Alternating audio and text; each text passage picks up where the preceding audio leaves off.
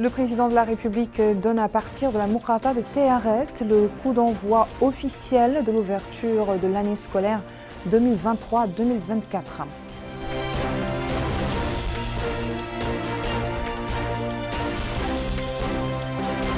Fin des vacances également pour les députés, ouverture de la première session parlementaire de l'année en cours.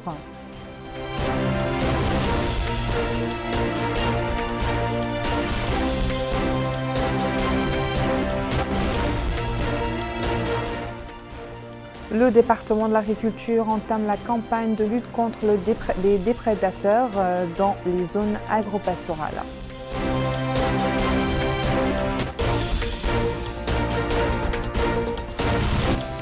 Bonsoir et merci de joindre nous pour ce journal. Mais d'abord, ces décrets de la présidence avant de passer au développement des titres.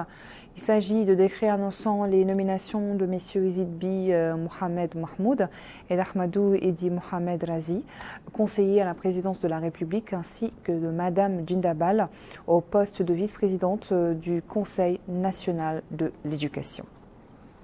Vous le savez, l'événement national de ce lundi 2 octobre, c'est la reprise des classes pour l'année 2023-2024. Le président de la République, Mohamed Cheikh Al-Ghazouani, en a supervisé lui-même le coup d'envoi à partir de l'école de Mrabat Brahim, dit Bah Mohamed Lemine, dans la Mourata de Tayaret à Nouakchott Nord. Une nouvelle année scolaire marquée par ailleurs par l'exclusivité à l'école publique de la deuxième année primaire. Bokar Bailaba revient sur les moments forts de cette cérémonie. C'est la rentrée des classes. En d'autres termes, c'est le retour des élèves à l'école. Et c'est le président de la République, M. Mohamed Cheikh Al-Ghazouani, qui a procédé à l'ouverture de l'année scolaire 2023-2024 à partir de l'école Lemrabot Brahim Baoul Mohamed Lemine, dans la Moukata de Tayaret, wilaya de Nouakchott Nord. Bismillah ar-Rahman ar-Rahim wa sallallahu ala nabi al-Karim. أعلن على بركة الله افتتاح السنة الدراسية 2023-2024. شكرا والسلام. Ainsi, le président de la République a reçu un message de gratitude du personnel pédagogique pour les efforts déployés pour améliorer l'action éducative. Lors de la cérémonie d'ouverture, le président de la République a visité l'exposition organisée par les ministères en rapport avec l'éducation, où il a été informé des réalisations accomplies dans le secteur de l'éducation nationale au cours des 4 dernières années en termes d'infrastructures, de recrutement, d'amélioration au plan matériel et moral en faveur des enseignants et de nombre de manuels scolaires distribués. Au cours de cette période, des programmes ont été mis en œuvre dans les domaines éducatifs et de l'encadrement. L'exposition organisée pour la circonstance a également mis en évidence le développement réalisé au niveau de l'éducation préscolaire en termes d'augmentation des installations éducatives, du nombre d'enfants inscrits, des types et domaines de formation organisés en faveur des filles, ainsi que du soutien et des soins reçus par les enfants ayant des besoins spéciaux. L'exposition a aussi mis en valeur le développement enregistré dans le domaine de l'enseignement originel, à travers l'attention accordée aux ateliers et centres de formation professionnelle. À cela s'ajoutent des panels qui ont passé en revue les réalisations à la promotion et développement de l'éducation au niveau des secteurs de l'enseignement supérieur et de la recherche scientifique, de l'emploi et de la formation professionnelle, de la transformation numérique, de l'innovation et de la modernisation de l'administration. Par ailleurs, le président de la République, M. Mohamed Cheikh Al-Ghazouani, a visité l'école maternelle publique située au quartier Ain Talh, dans la Moukata de Tayaret. Sur place, il a été édifié sur les programmes proposés aux enfants, répartis selon leur tranche d'âge, en 3 catégories, avant d'enchaîner avec une présentation sur la situation de l'enseignement préscolaire dans la wilaya de Nouakchott Nord. Il a été également édifié à travers un exposé sur la situation des structures pédagogiques et le taux d'accès des enfants, ainsi que des futurs projets adoptés par le ministère de l'Action sociale, de l'Enfance et de la Famille pour promouvoir ce type d'enseignement au niveau de la wilaya. Après ces visites d'information, place au cérémonial des allocutions. Ainsi, le ministre de l'Éducation nationale et de la réforme du système éducatif, Mokhtar Ould-Dahi, a déclaré que les indicateurs académiques se sont améliorés ces dernières années grâce aux directives traduites en politique sectorielle. Il a indiqué que l'allocation budgétaire générale pour l'éducation et les secteurs en charge de l'éducation et les secteurs de soutien et de services est passée de 16% en 2016 à 19% en 2023, précisant que la masse salariale du secteur de l'éducation nationale a également augmenté de 48 milliards d'Ansine Ouguiya en 2019 à 68 milliards en 2023. Il a souligné que l'un des indicateurs mettant en exergue la qualité de l'éducation est la mise en œuvre rapide des exigences de la loi directive sur l'éducation à travers la révision de certains programmes, en particulier la première, la deuxième et la troisième année de l'école primaire et la création de l'Institut national pour la promotion des langues nationales. Autre allocution, c'est celle faite par la présidente de la région de Nouakchott, Mme Fatimetou Mit Abdelmalik, qui a déclaré que l'institution qu'elle préside est consciente de l'importance de la justice sociale, de l'égalité et du renforcement de la cohésion nationale, et compte tenu de la place qu'occupe l'éducation dans le progrès et le développement du pays. Elle a rappelé que la région de Nouakchott a œuvré pour contribuer au renforcement du système éducatif. À son tour, le maire de la commune de Tayaret, Ahmedoul Ali, a loué l'intérêt qu'accorde le président de la République à l'éducation pour élever le niveau de notre système éducatif. Et il a indiqué que l'école républicaine est considérée comme l'un des fondements de la réforme éducative souhaitée et un outil efficace pour renforcer la cohésion sociale et consolider les valeurs de citoyenneté. Quant au président de la Fédération nationale des associations de parents d'élèves et étudiants, Ahmed El-Sraer, il a déclaré que la première année de vie de l'école républicaine a permis à la grande famille éducative de diagnostiquer les lacunes et identifier les points faibles à surmonter. En somme, la rentrée scolaire exige un nouvel environnement pour les élèves, de nouveaux défis académiques et sociaux et un horaire régulier après les vacances d'été. C'est un moment clé dans le calendrier éducatif, marquant le début d'une nouvelle année d'apprentissage pour les élèves et les étudiants. Pour davantage d'informations sur les mesures pratiques prises par le ministère de l'Éducation nationale et de la réforme du système éducatif pour assurer le succès de la nouvelle année scolaire, j'ai le plaisir de recevoir en direct M. Najir Abdelaziz, directeur stratégie et coopération au département de l'éducation. Bonsoir Monsieur le directeur. Bonsoir. Alors, avez-vous eu la certitude, ce premier jour de la reprise des classes, que tous les établissements scolaires sur le plan national étaient prêts pour entamer les études? Voilà, je vous remercie de m'avoir invité sur votre plateau ce soir. Je veux confirmer que toutes les dispositions relatives au bon démarrage de cette année scolaire sont prises et des comités ad hoc ont été instauré chez le ministère de l'Éducation nationale et de la réforme du système éducatif dès la mi-juillet, ce qui a garanti l'acheminement de l'ensemble du matériel didactique et l'acheminement du personnel nouvellement affecté dans les régions et le personnel, les staffs administratifs et aussi les inspecteurs ont pris place dans leur lieu de travail dès la mi-septembre. Donc, les écoles ont été réhabilitées, celles qui ont été endommagées pendant l'hivernage, et le matériel nécessaire aussi au bon démarrage des leçons.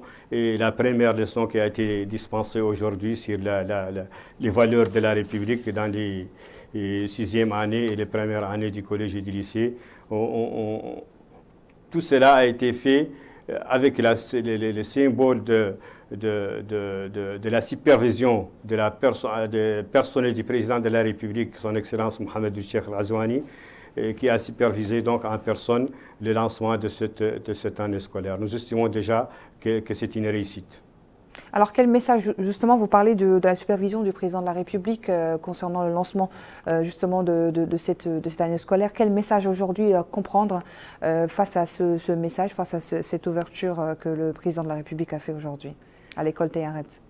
La supervision personnelle du président de la République est la preuve de la volonté politique de son Excellence pour l'instauration d'une école républicaine inclusive basée sur l'équité, la justice et que l'offre scolaire atteindra tous les Mauritaniens partout sur le territoire national.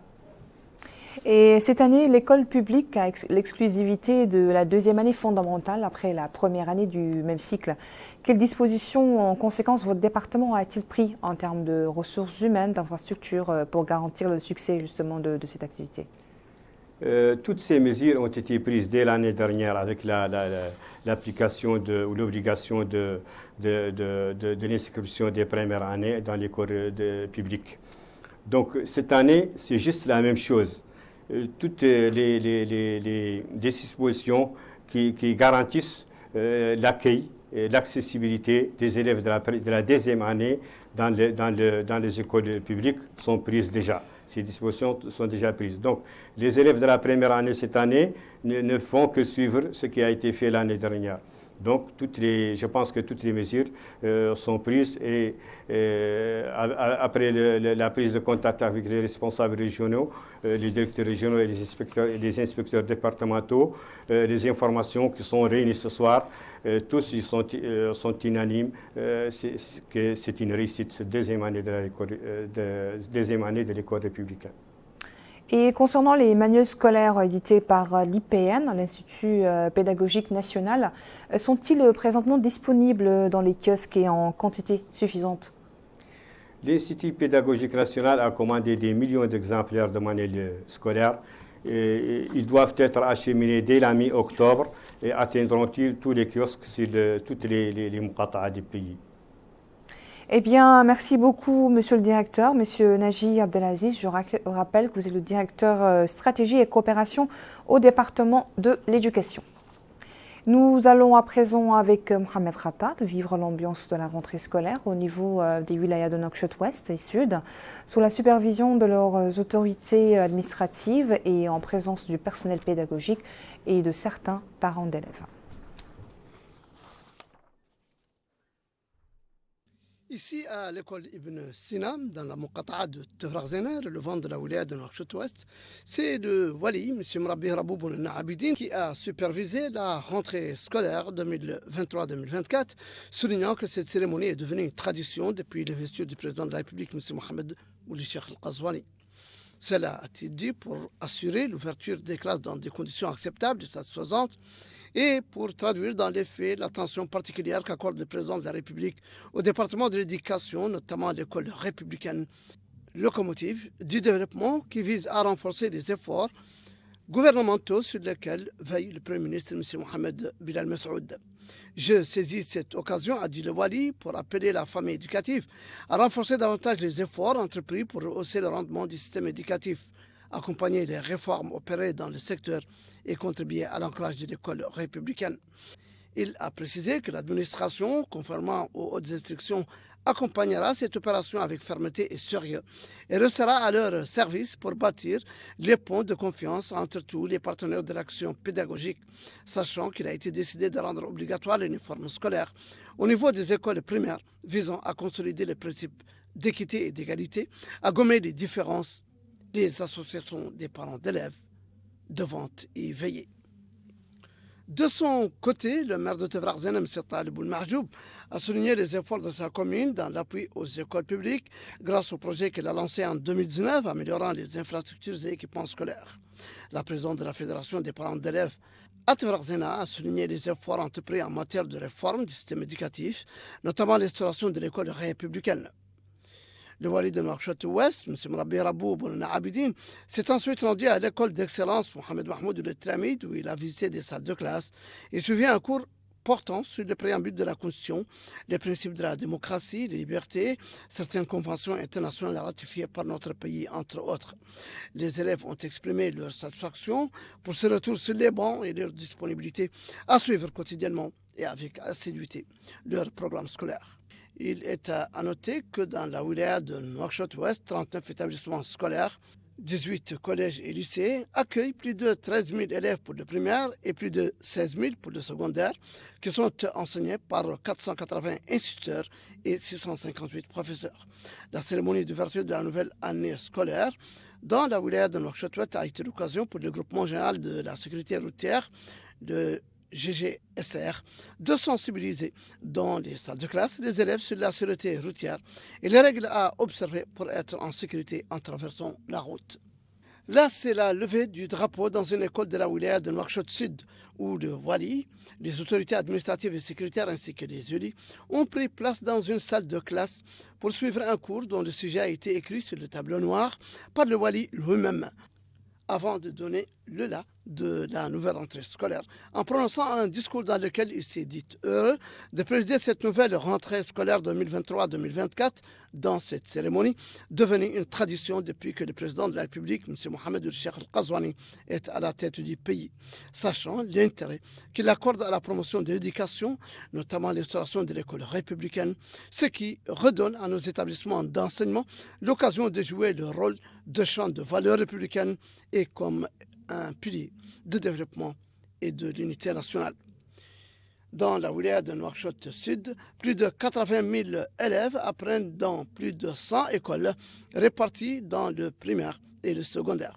L'ouverture de cette année scolaire intervient après l'expérience de l'école républicaine l'année dernière, qui a connu une amélioration de ses infrastructures de base ces dernières années pour combler ses insuffisances, tout comme ont été exposées des manuels scolaires qui manquaient très souvent au rendez-vous.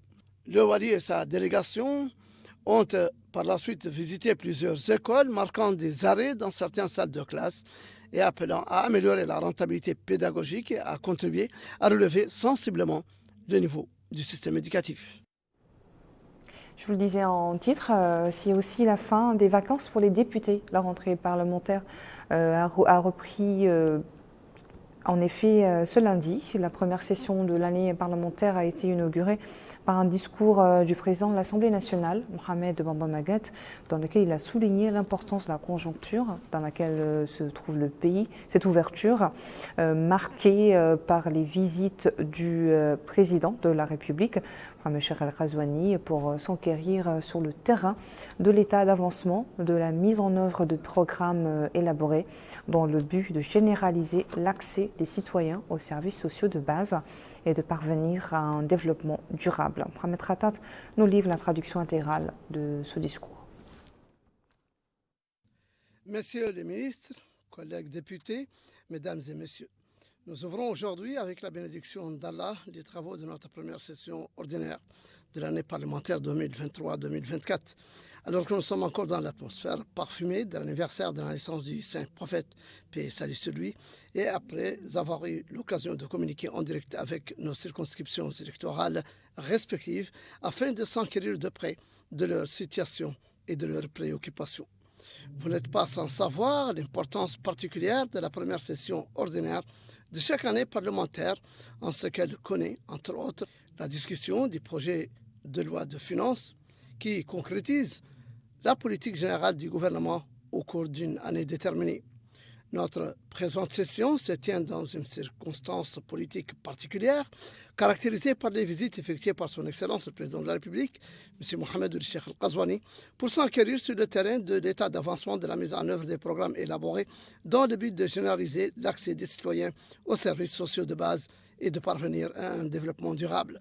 Cette conjoncture exige de vous, chers collègues, de suivre sérieusement le travail du gouvernement et de contrôler constamment les projets et les programmes en cours de réalisation. Messieurs, Madame, il va sans dire que vous avez suivi ces derniers jours avec intérêt la signature de la Charte républicaine qui constitue une réponse aux défis de cette étape et un appel à la conscience nationale. Cet acte concrétise, en outre, une manifestation nouvelle de l'effort d'apaisement politique que son Excellence le Président de la République a tenu à instaurer depuis le début de son mandat actuel. Il démontre également la sincérité des intentions des acteurs politiques et la prédominance qu'ils portent à l'intérêt supérieur du pays. Cet événement constitue une étape importante dans le processus de construction de l'État de droit et des institutions, tout comme il incarne la volonté de partenariat politique de manière à garantir l'harmonie et la stabilité nécessaires au développement. Dans cette perspective, la classe politique, les leaders d'opinion et les organisations de la société civile doivent se joindre aux signataires de cette charte et participer activement à la mise en œuvre de ces dispositions, compte tenu de la particularité de la situation géopolitique de notre pays et des situations régionales et internationales turbulentes et complexes, ce qui requiert un renforcement du front intérieur en vue d'appuyer notre diplomatie qui a réalisé d'importants acquis permettant de revigorer la coopération bilatérale et multilatérale avec les pays frères et amis ainsi qu'avec les institutions internationales spécialisées. Dans ce cadre, un accent particulier a été mis sur la coopération dans les domaines économiques, commerciaux et culturels et notre pays a pu retrouver un rôle actif et une vision propre à lui dans les rencontres internationales. Chers collègues députés, l'ouverture de notre session parlementaire aujourd'hui coïncide avec l'ouverture de la nouvelle année scolaire, 2 ans après l'adoption de la loi d'orientation du système éducatif et la pose des bases de l'école républicaine qui, nous l'espérons, façonnera l'environnement éducatif approprié à la construction de la personnalité du citoyen mauritanien qui adhère aux enseignements de sa sainte religion islamique, unique source de sa législation. Un citoyen fier, somme toute, de sa civilisation et de ses valeurs, conscient de l'importance de la diversité culturelle de sa société et qui croit en la nécessité de la tolérance et de la coexistence entre les différentes composantes de son peuple. Un citoyen armé des sciences et des connaissances de son temps, ouvert aux cultures des autres nations et peuples, un citoyen confiant en son avenir, capable de réaliser le rêve de l'état de droit et de citoyenneté à la construction duquel nous aspirons avec justesse et dignité. Je n'ai pas besoin de vous rappeler ici que cet état de citoyenneté a besoin avant tout de disposer d'une base de données relative aux citoyens mauritaniens habitants de l'intérieur et à ceux établis à l'étranger. Il en va de même pour les résidents qui se trouvent chez nous parmi les ressortissants des pays frères et amis. Compte tenu de l'importance de cet enjeu, je profite de cette occasion pour vous renouveler mon invitation à participer activement à l'effort de mobilisation et de sensibilisation visant à inciter nos citoyens à bénéficier de la campagne actuelle en cours pour s'enrôler sur les registres de l'Agence nationale du registre de la population et des titres sécurisés. Mesdames et messieurs les députés, je suis entièrement convaincu que vous continuerez à œuvrer pour élever le niveau de performance parlementaire au cours de cette session que je déclare ouverte, conformément à l'article 52, nouveau de la Constitution, et aux articles 54 et 55 du règlement intérieur de l'Assemblée nationale. Cela passe nécessairement par une assiduité aux travaux des commissions et des séances plénières, tout en faisant preuve d'un esprit de responsabilité et de discipline qu'impose l'énorme responsabilité que vous portez en votre qualité de représentant du peuple et en respectant les dispositions des textes qui régissent les travaux de cette Chambre. Qu'Allah nous guide vers l'intérêt et le bien de notre peuple et de notre pays.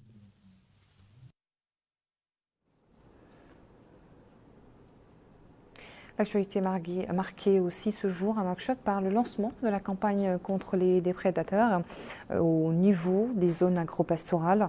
Cette campagne s'inscrit dans le cadre des mesures prises pour garantir le succès de la campagne agricole 2023-2024. Abdullah Damaba. On les appelle bio-agresseurs ou ennemis des cultures. En d'autres termes, ce sont des organismes vivants qui attaquent les plantes cultivées et sont susceptibles de causer des pertes économiques. Justement, une campagne de lutte antiparasitaire agricole au niveau des zones agricoles a été lancée pour endiguer ce phénomène. Une campagne qui s'inscrit dans le cadre des mesures prises pour réussir la campagne nationale agricole 2023-2024.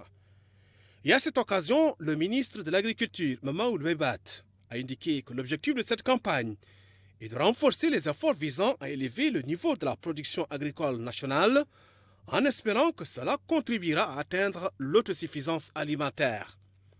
Il a précisé que 24 véhicules tout-terrain équipés ont été mobilisés pour lutter contre les ravageurs agricoles jusqu'à la fin de la saison de récolte, soulignant que ces équipes mobiles terrestres ont été renforcées par 3 équipes de marche et seront renforcées le moment venu par un avion de l'armée nationale.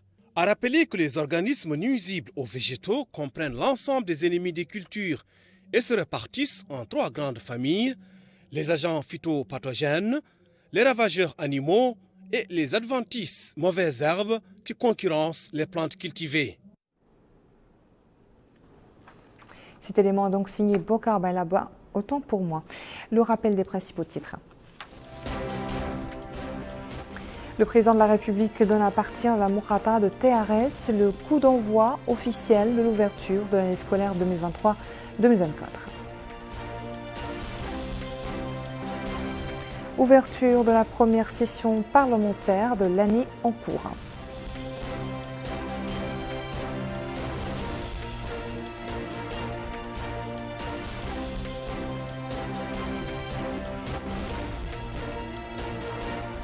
Le département de l'agriculture entame la campagne de lutte contre les déprédateurs dans les zones agro-pastorales.